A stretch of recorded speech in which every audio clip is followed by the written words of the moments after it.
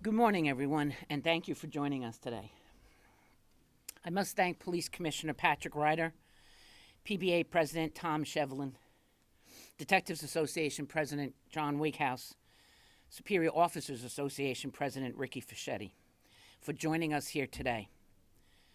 Before we start this press conference, I'd like to ask that we observe a moment of silence for New York police officers Jason Rivera and Wilbert Mora, who gave their lives to protect us.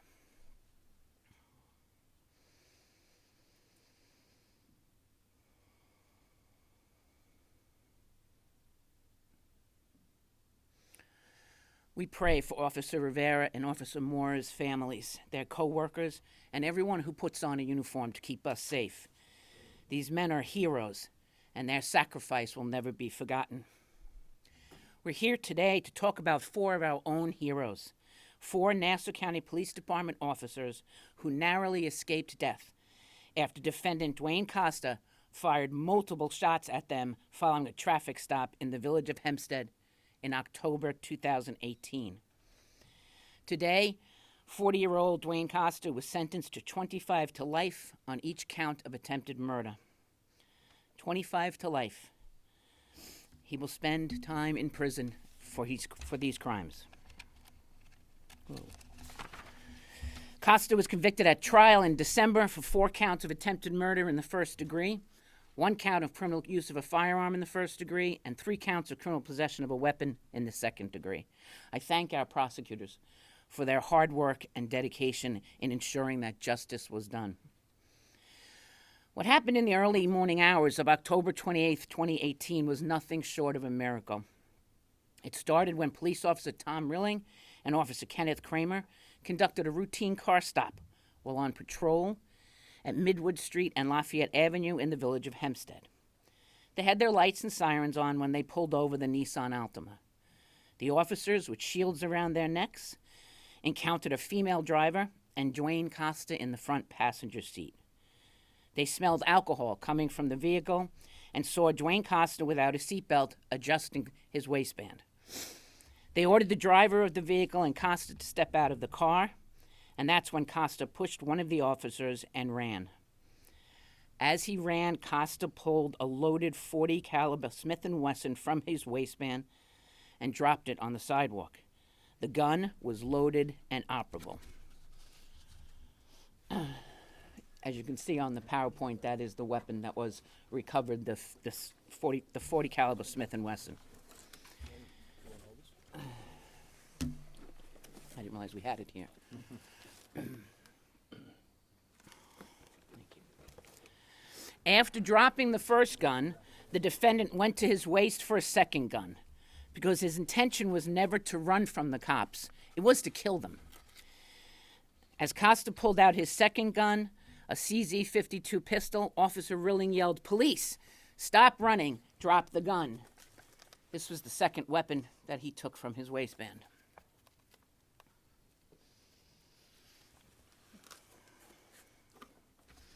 Instead of stopping, Costa racked his weapon, and with less than 10 feet separating them, he fired at least 2 rounds directly at Officer Rilling and Officer Kramer's heads.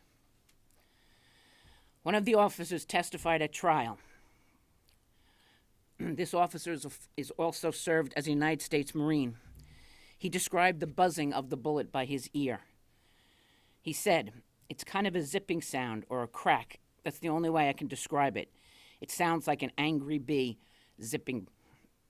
The officer estimated the bullet was 2 to 3 feet from his ear and head, which meant that 24 to 36 inches, was all that was between life and death for one of our police officers. Costa was shooting to kill. He didn't want to be arrested. He didn't want to be caught. He didn't want to be stopped. Costa wanted to end the lives of those officers, and thankfully he missed. As Costa ran, he encountered 2 more police officers, Officer Niall Bork and Dale Donnelly, who happened to be nearby on an unrelated car stop. Those officers, hearing gunfire at close proximity, saw a man running. That man, Costa, was being chased by the first set of officers and had a gun in his hand. As you can imagine, when Costa turned down Clinton Street and fired at least 2 more rounds at the second set of officers, it was a chaotic scene. With at least 5 bullets fired at our police officers in a residential area where people were sleeping. At this point in the chase, Costa fled down a narrow alley. As police officers closed in, they heard a rustling on the lawn. It was a rainy night. They ordered Costa to the ground. The CZ gun, which is a rare Czechoslovakian weapon, was found 25 to 50 yards away from where Costa was apprehended. During our investigation, we found photos of Costa posing with both of the guns used that night. Let's see some of the pictures up on the PowerPoint. Perhaps one of the most striking and commendable elements of this case was the restraint shown by our 4 police officers. With a gun literally pointed at their heads, they made the decision not to return fire. Not a single shot was discharged by these officers. Their gut reaction was to use caution, and that choice led to Costa's apprehension in a yard on Miriam Street without any bloodshed. As we are all aware, after the devastating events of the past week in New York City, this could have gone very differently. Police officers across the country put their lives on the line every day to keep our community safe, knowing that it could mean they don't return home to their families. My office will always support our police. We have their backs. And when there is violence against a member of law enforcement, we will ensure that the defendant is held responsible for their crimes. Dwayne Costa was held responsible today. I'd like to invite Commissioner Ryder to speak. Thank you. First, I want to give my thanks to the district attorney. She's a class act. She stands up for law enforcement. She stands up for the men and women that put their life on the line every single day. I want to thank Jarrett and his team that went out there and made this case, giving this defendant a fair trial, a fair trial.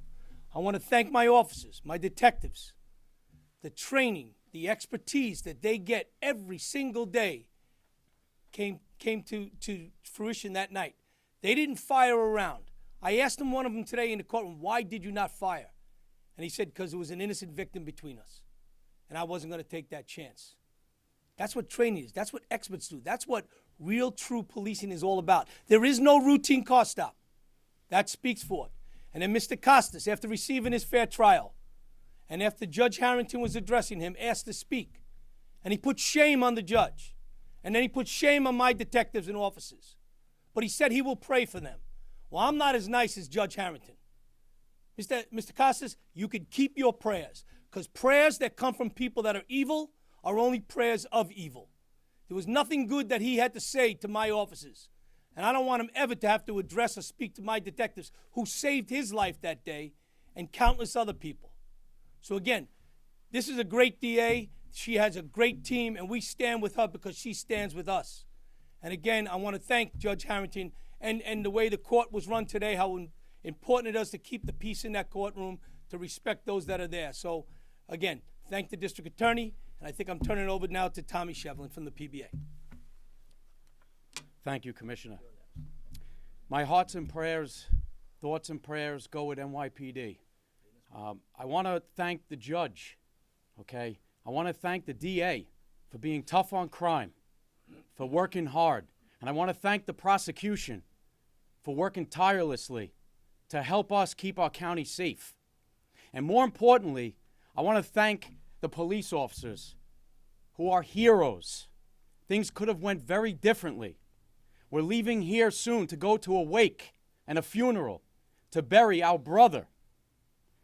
Okay? We need to be tough on crime. We need to keep our streets safe. This violent criminal deserves to spend the rest of his life behind bars. He has had multiple chances, and he has proven time and time again that he will not change. My officers, they're heroes. They left their homes that day and night. They left their children their loved ones, to protect all of you, this great community that we love and we're proud to protect and serve. They made promises to their children that they will return to play with them, to speak with them. And this violent criminal almost took that away from their families. I am proud of their hard work and dedication, and we will always stand by them. Thank you.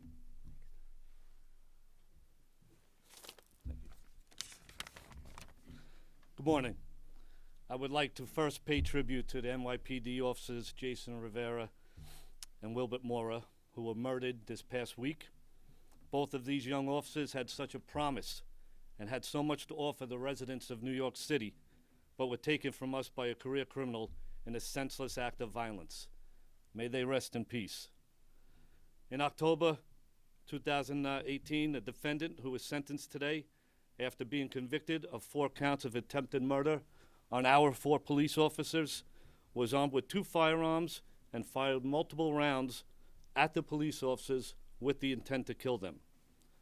We are fortunate this act of violence did not tragically end like it did for our police officers in New York City this past week, and our police officers can go home to their families. Unfortunately, legislation passed in the New York Assembly and Senate and ultimately signed into law by the former governor has emboldened violent thugs who have turned not just New York City, but places in New York State, and in this instance in Nassau County, into places like the OK Corral. If a violent, murderous thug, like we had sentenced today, is so brazen to shoot at 4 police officers, he certainly would not hesitate to perpetrate violence on any citizen within our county. In the past year, in Nassau County, 2 units in the detective division have taken over 100 illegal guns off the streets. These guns are out there, and so are the criminals who use them. For a quarter of a century, we have witnessed a steady drop in crime, and that drop in crime improved quality of life throughout our state. The template for successfully curbing crime was already constructed. That was the hard part. In the past few years, we have a new brew of politicians who have radicalized the anti-law enforcement agenda and in turn have reversed what has worked in reducing violent crime. These politicians and the anti-police pro-criminal platform are a clear and present danger to every law-abiding citizen of our county. There is only one way to reverse this trend, and that is to vote for the politicians that stand with law enforcement, like our District Attorney, Ann Donnelly, and understand that priority number 1 is the safety of the constituents they serve. I would like to thank District Attorney Ann Donnelly and the prosecution team for successfully prosecuting this case and being a true partner with the detectives, the supervisors, and police officers in Nassau County. Thank you. Does anyone have any questions? Can you respond to the allegations that were made by the defense in court about planted evidence? One thing is very clear from the evidence in this case. The only person who shot a weapon that night was Dwayne Costa. The allegations of planting and everything else are completely meritless. Mr. Costa, in court today, made direct reference to the 2 police officers in New York and how they would be rolling over in their graves and that this was all a lie. So I was wondering if you would respond to that particular statement that he made in court. The only response I have to that is it's a shame that he was allowed to invoke their names in that courtroom. He should not be speaking about police officers after trying to kill 4 of our police officers. Just in layman's terms, mandatory persistent violent offender, what does that exactly mean? It means that he has 2 prior violent felonies that he has done jail time for, and not including the time he spent in jail, they happened less than 10 years ago. So that makes him a mandatory persistent violent felony offender. Following up on that, what would have been the potential sentence, if not on an attempted murder, 1st degree, like 15 to life? It wouldn't have changed. It's 20. Right. asked for 35 to life. Are you disappointed that the judge did not impose the maximum? Well, the maximum would have been 40, but I think Judge Harrington certainly presided over this case and made the judgment she felt was right in the sentence in this case.